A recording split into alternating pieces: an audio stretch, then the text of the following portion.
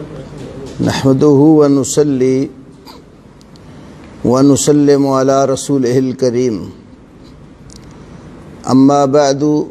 فاعوذ بالله السميع العليم من الشيطان الرجيم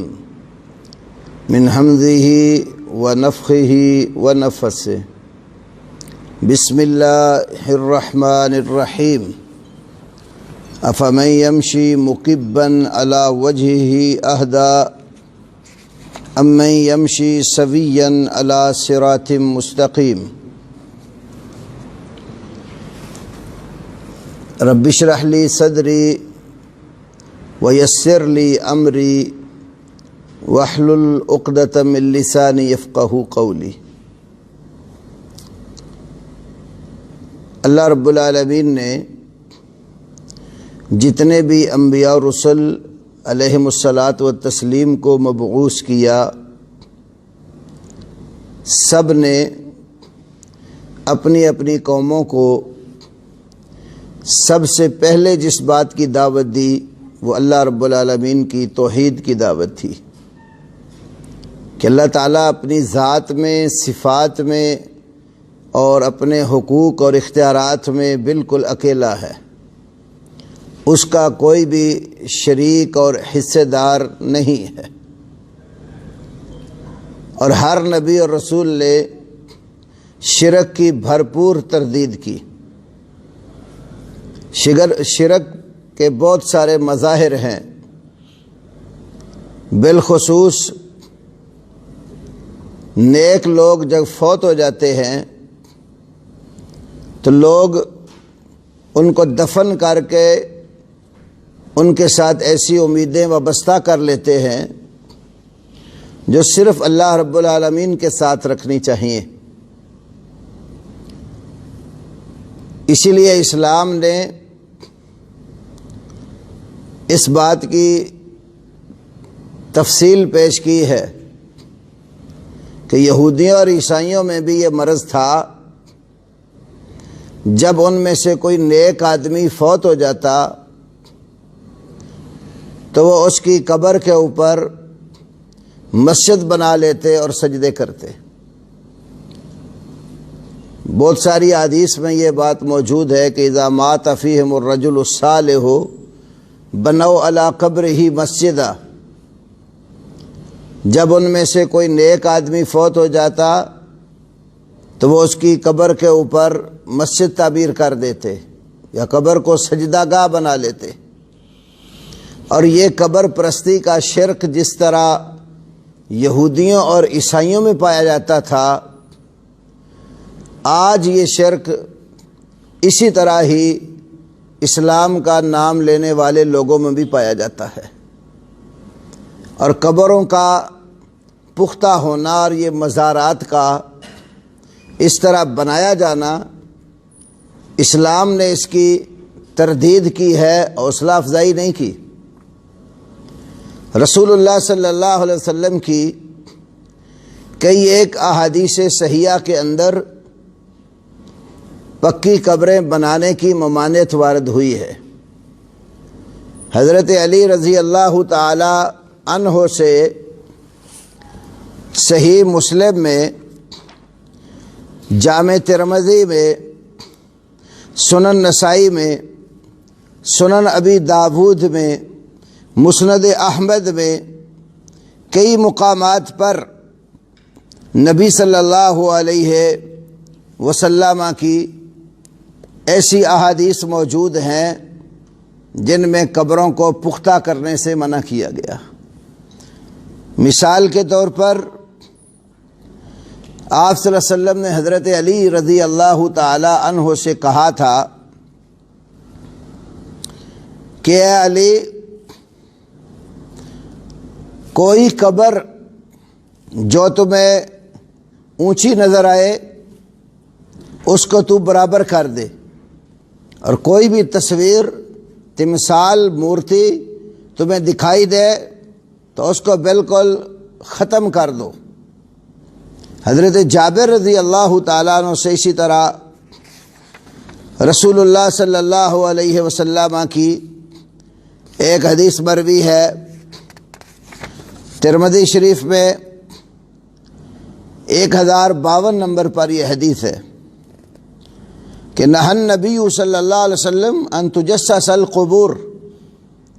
نبی علیہ السلام نے قبروں کو پختہ کرنے سے منع فرمایا، وَأَن يُكْتَبَ عَلَيْهَا، اور اس بات سے بھی روکا کہ قبروں کے اوپر کوئی کتبہ لگایا جائے اور کچھ لکھا جائے، وَأَن يُبْنَى عَلَيْهَا، اس بات سے بھی روکا اس پر کوئی عمارت تعمیر کی جائے، وَأَن تُوتَعَ، اور قبروں کو روندنے سے بھی منع فرمایا۔ یہ حدیث صحیح مسلم میں بھی موجود ہے۔ صحیح مسلم میں اس کے اوپر جو باب باندھا گیا ہے وہ ہے النہی عن تجسیس القبر والبناء علیہ، قبر کو پختہ کرنا اور اس پر عمارت تعمیر کرنے کی ممانعت۔ ترمذی شریف پہ امام ترمذی نے اس پر باب باندھا فی کراہیت تجسیس القبور والکتابت علیہا، قبروں کو پختہ کرنے کی کراہیت اور ان کے اوپر کتبے لگانے اور لکھنے کی کراہیت کا بیان۔ تقریباً یہی تبویب ابو داود، نسائی اور سنن ابن ماجہ وغیرہ حدیث کی کتابوں میں موجود ہے۔ ان صحیح احادیث کے ہوتے ہوئے کچھ لوگ ایسے ہیں جنہوں نے قبر پرستی کو فروغ دینے کے لیے پکی قبریں بنانے کی کچھ ہیلا سازی کی، اور بعض لوگ ان میں سے ایسے ہیں جو بڑے دھوکے باز اور بازیگر ہیں، جن لوگوں میں اس وقت سر فہرست اشرف آصف جلالی کا نام آتا ہے۔ یہ کتابیں سامنے رکھ کر حدیث کا نام لے کر لوگوں کو دھوکہ دیتا ہے، اور اس کا ایک نہیں کئی ایک جھوٹ الحمدللہ ہم نے پہلے بھی واضح کیے۔ آج میں اس کا ایک بڑا اور واضح سا جھوٹ آپ لوگوں کے سامنے کھولنا چاہ رہا ہوں۔ اس نے ایک جلسے میں اپنے ہاتھ میں یہ کتاب امام عمر ابن شبہ علیہ رحمہ کی تاریخ المدینہ المنورہ یہ پکڑ کر کہا کہ اس کتاب کے اندر سے معلوم ہوتا ہے کہ صحابہ کا عقیدہ تھا کہ قبروں کے اوپر گھر بنانے اور عمارتیں اور کمرے کھڑے کرنے بالکل جائز اور درست ہیں، اور پھر یہاں سے یہ موٹی جو سرخی اور ہیڈنگ ہے اس نے پڑھی، کلپ بھی اس کا انشاءاللہ ہم پیش کریں گے۔ آپ کے سامنے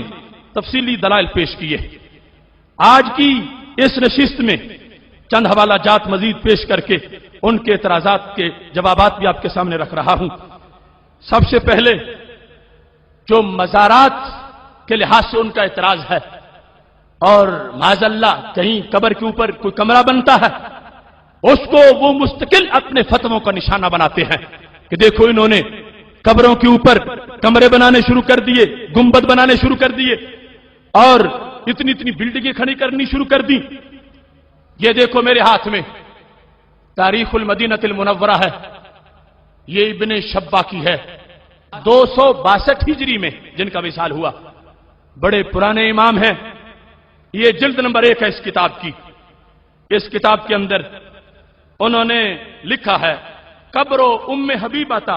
زوج النبی صلی اللہ علیہ وسلم ورضی اللہ تعالی عنہا، حضرت ام حبیبہ رضی اللہ تعالی عنہا کی قبر۔ یہ باب اس کتاب کے اندر موجود ہے۔ ابن شبہ بڑے مستند امام ہیں، ان کے حوالے سے یہ قبور والے مسئلے کی وضاحت میں ابتدائی بات پیش کر رہا ہوں۔ یہاں حضرت یزید بن صائب کہتے ہیں کہ مجھے میرے دادا جان نے یہ بات بتائی، پوری سند انہوں نے لکھی۔ لما حفر عقیل بن ابی طالب فی دارہ بئرا، کہ جب حضرت عقیل بن ابی طالب رضی اللہ تعالی عنہ نے، جو حضرت علی رضی اللہ تعالی عنہ کے بھائی ہیں، انہوں نے اپنے گھر میں کنواں کھودا، واقع علی حجر منقوش، تو کھودتے کھودتے نیچے سے ایک پتھر نکل آیا جس پر نقش و نگار تھے۔ مکتوب فیہ، جس پہ لکھا ہے، پتھر کے اوپر لکھا ہے جو زمین سے نکلا، لکھا کیا ہے؟ وہاں پر لکھا ہے قبر ام حبیبہ تھا۔ پتھر پر جس طرح قبر پر پڑی لگائی جاتی ہے نام لکھ کے، تو کنواں کھودنا چاہا، نیچے سے پتھر نکل آیا اور پتھر میں کھدائی ہوئی تھی، نام کندہ تھا، لکھا ہوا تھا قبر ام حبیبہ تھا بنت صخر بن حرب۔ یہ حضرت ام حبیبہ رضی اللہ تعالی عنہا کی قبر ہے۔ فدافعنا عقیل البئر، حضرت عقیل رضی اللہ تعالی عنہ نے اس کنویں کو بند کر دیا۔ وبنا علیہ بیتا،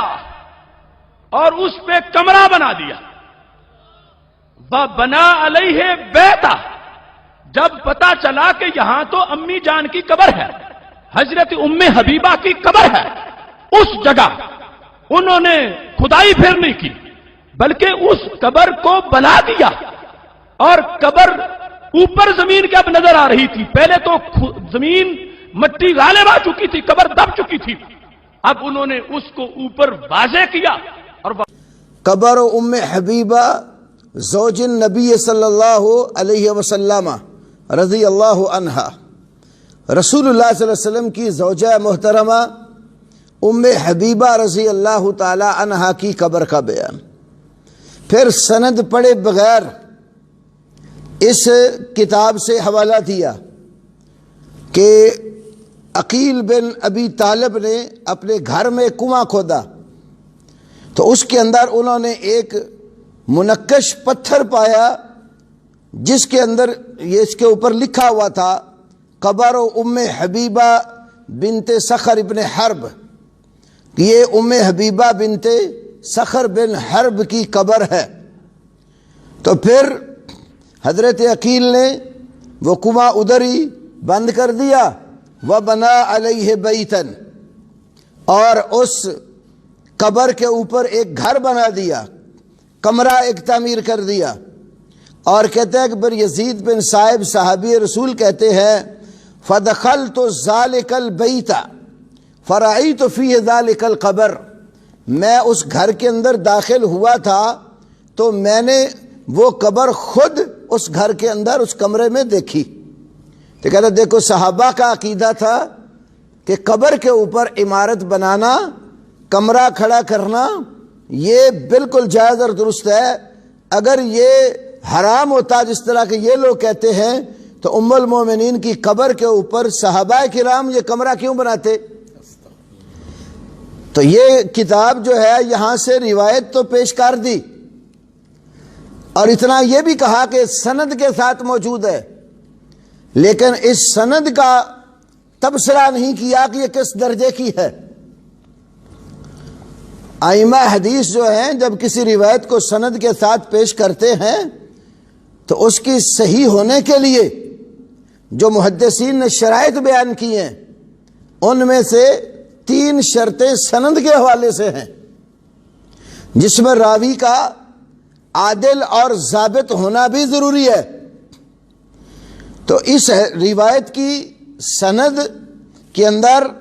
عبد العزیز بن عمران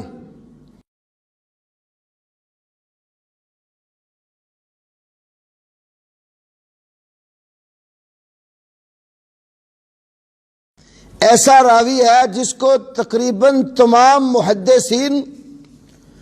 انتہائی ضعیف اور ناقابل اعتبار قرار دیتے ہیں۔ مثال کے طور پر یہ میرے ہاتھ میں رجال کی کتاب ہے تہذیب الکمال، امام مزی رحمۃ اللہ علیہ کی۔ یہ تہذیب الکمال علامہ جمال الدین ابو الحجاج یوسف المزی کی ہے، اور اپنے آپ کو یہ ڈاکٹر سمجھنے والا شخص اس کو یہ بھی صحیح طرح پتہ نہیں ہے کہ لفظ مزی پڑھنا ہوتا ہے یا مزی پڑھنا ہوتا ہے، کیونکہ خود اس کی ایک تقریر کے اندر ہمارے پاس اس کی ویڈیو ریکارڈنگ موجود ہے، جب اس نے دربار کے اوپر تقریر کی عقیدہ توحید کے حوالے سے تو کہتا امام مزی فرماتے ہیں۔ تو ویسے اپنے آپ کو سمجھتا ہے کہ میں نے ڈاکٹریٹ کی ڈگری لی ہے اور میرے ساتھ بات بھی وہ بندہ کرے جو کوئی پی ایچ ڈی ڈاکٹر ہو۔ حالانکہ ہمارے مدارس کے یہ ابتدائی طالب علم بھی جانتے ہیں کہ ائمہ حدیث کے اسماء اور کتب رجال ان کے کیا صحیح طریقہ ہے پڑھنے کا، روات کے نام صحیح کس طریقے سے ضبط کیے جاتے ہیں، اور اس پی ایچ ڈی ڈاکٹر کو یہ بھی معلوم نہیں ہے۔ تو اس کتاب کے اندر میں چند ایک حوالہ جات آپ کے سامنے رکھتا ہوں، اس کتاب سے بھی اور دیگر رجال کی کتب سے بھی۔ امام یحییٰ بن معین جو جرح اور تعدیل کے کبار ائمہ میں سے ہیں، یحییٰ بن معین علیہ رحمہ فرماتے ہیں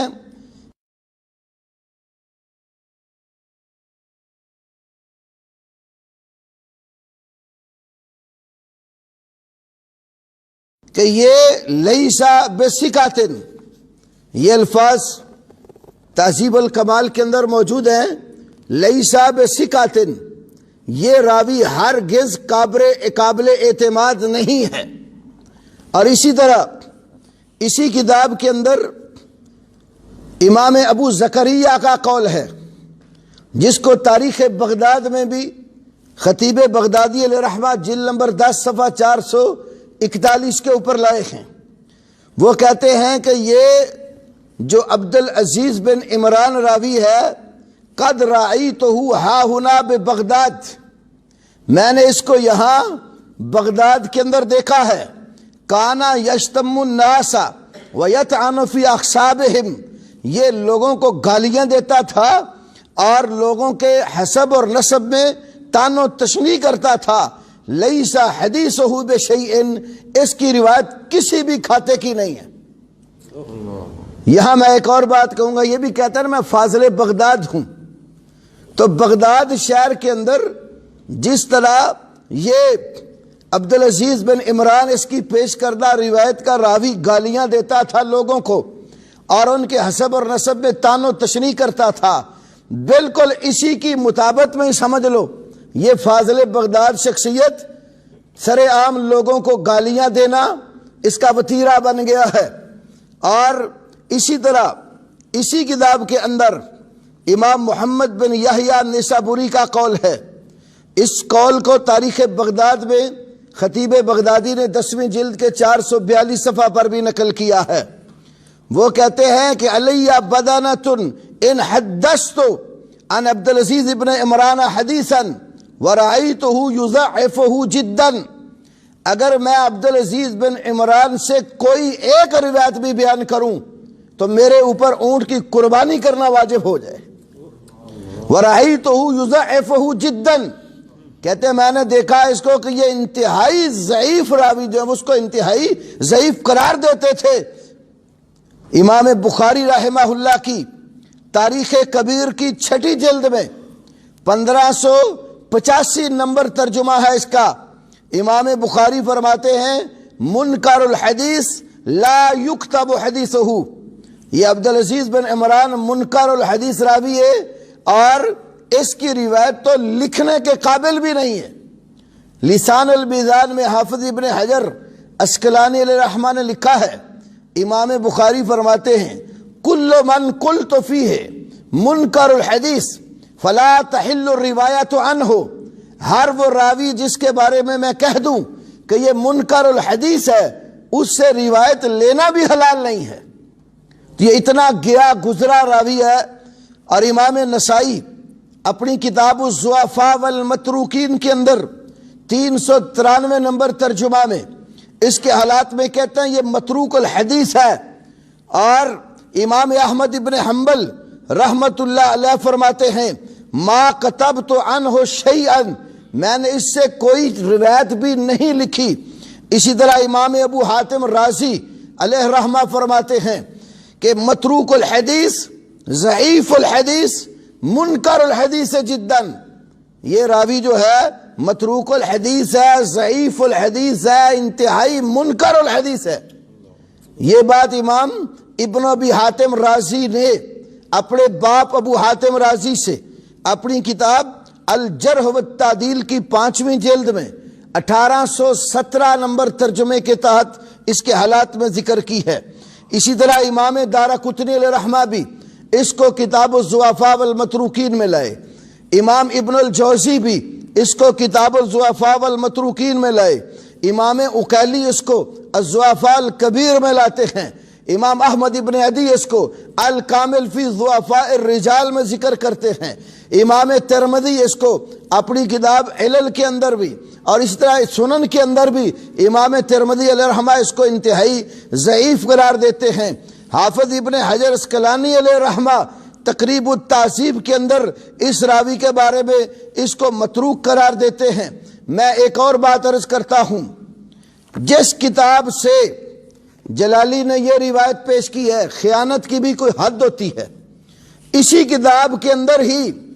ایک ورقہ آگے کھول کر دیکھیں، صفحہ نمبر 123 کے اوپر خود امام عمر ابن شبہ علیہ رحمہ نے اس راوی عبدالعزیز کے بارے میں لکھا ہے، وَقَانَ عبدالعزیز کثیر الغلط فی حدیثہ۔ یہ عبدالعزیز جو ہے یہ اپنی روایت میں بہت زیادہ غلطیاں کرتا ہے، اور اصول حدیث میں یہ قاعدہ موجود ہے کہ کسی راوی کا کثیر الخطا اور کثیر الغلط ہونا یہ جرح مفسر ہے، اور جس کی جرح مفسر موجود ہو اس کی روایت کسی قابل نہیں ہوتی۔ اور پھر امام عمر ابن شبہ آگے یہ بات بھی کہتے ہیں، لِأَنَّهُ أُحْرِقَ كُتُبُهُ، اس کی کتابیں جلا دی گئی تھی، فَإِنَّمَا كَانَ يُحَدِّثُ بِحِفْظِهِ، پھر زبانی روایتیں بیان کرتا تھا، اور زبانی روایتیں بیان کرنے کی وجہ سے پھر خطائیں بھی اس نے کی۔ اسی لیے یہی بات تقریب التہذیب میں 487 صفحہ پر جو ابھی نئی طبع ہو کر دکتور بشار عواد کی تحقیق سے ایک جلد میں چھپی، اس کے اندر بھی ابن حجر نے یہ بات ذکر کی ہے۔ تو عرض کرنے کا مقصود یہ ہے کہ کتاب سے حوالہ دے دیتے ہیں اور بددیانتی کرتے ہیں، کتاب کے اندر ہی اس راوی کے اوپر جرح اور کلام موجود ہے، جس کی بنیاد پر یہ روایت خود عمر ابن شبہ کی تحقیق کے مطابق بھی کسی کھاتے کی نہیں رہتی۔ تو میں ببانگ دہل اور اعلان اشرف آصف جلالی سے یہ کہتا ہوں، اگر تمہارے اندر تھوڑی سی بھی علم کی کوئی پختگی ہے تو رجال کی کتابوں سے، اصول کی کتابوں سے اگر تم اس روایت کو صحیح ثابت کر دو، ہم تمہاری زندگی میں ہی پکا جو ہے نا تعمیر شدہ مقبرہ بنا کر تمہیں دے دیتے ہیں، تاکہ مرنے کے بعد تمہیں اس قبر کے اندر دفن کر دیا جائے۔ لیکن مجھے اس بات کا 100% یقین ہے، اور اللہ کی توفیق سے ہمارے یہ بازو آزمائے ہوئے ہیں، کہ آج تلک اپنی اس کی جس بھی بات پر ہم نے اعتراض کیا ہے یہ اس کو صحیح ثابت نہیں کر سکا،